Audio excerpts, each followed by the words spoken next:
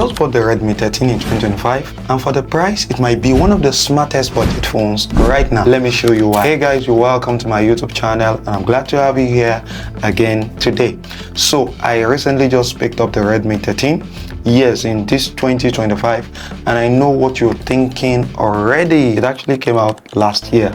It did, but here's the thing. I needed something great at a good price, and I bought mine for a little over 160,000 naira. So today I'm going to walk you through what this phone really offers, whether it is worth it or whether it is worth buying in 2025, and my first impression after unboxing this beauty. Let's dive right in.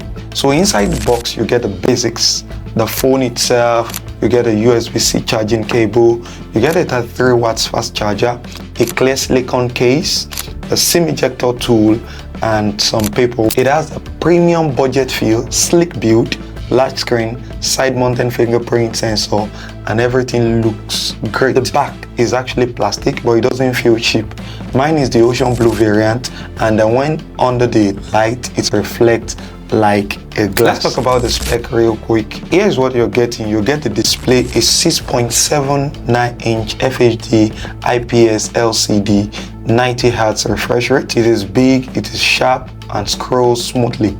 For this price point, that refresh rate is a nice top. Going to processor, the MediaTek Helio G91 Ultra, not a flagship shape, but good enough for everyday tasks, light gaming, and multitasking. Now, for RAM, you have the 6GB 128 and you have the 8GB 256 variant, but it also comes in a 4GB variant, plus it supports micro SD for expansion. So coming to the camera setup, it has 108MP main camera and 30MP front facing camera. You can use it for night shots, but man, daylight performance is pretty sharp. Battery, the 5030 mAh with a 33 watts fast charger. I tested it and it charges from 0 to 50% in less than 30 minutes. That's quite impressive. Software, it runs MIUI 14 based on Android 14. Now let me tell you what I actually love so far. The screen size and clarity for YouTube, Netflix, or scrolling TikTok. This one gives you space. The battery life is reliable. I can easily get a full day without charging for calls and browsing. So you know what that means. The 108MP camera, which is surprisingly good. It is not just for show. With good lighting, I snapped the same picture with my iPhone and this, and I actually get something very close, which I can say is a big plus. Only that there's a catch that comes with Redmi cameras over time.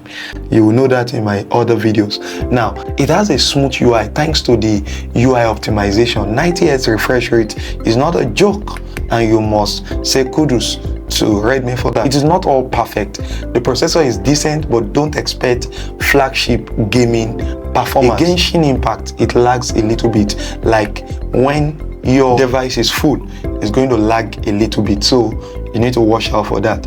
Now, talking about bloatware, MIUI still comes with those extra apps that we show you at.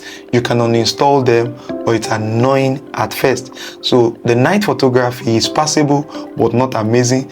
Low light images get noisy really fast. So if the light is not enough, then it's not going to be good enough. So here is the big question. Is the Redmi 13 worth it in 2025, especially at a little above 160,000 naira? My answer is that absolutely. If your budget is below 170k, just go for the 6GB 128GB variant.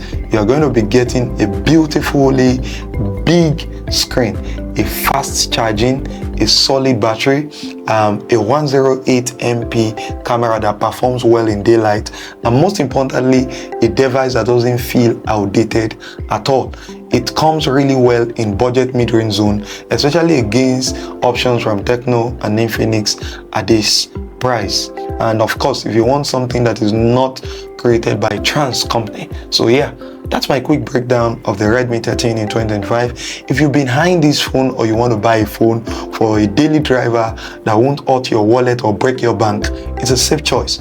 So do you have questions about this device? Do you want me to compare it with other phones in this price range or test its camera and gaming performance? Drop your thoughts in the comment and I'll make a follow-up video for this. Make sure to like and subscribe and hit the bell so you don't miss what is next.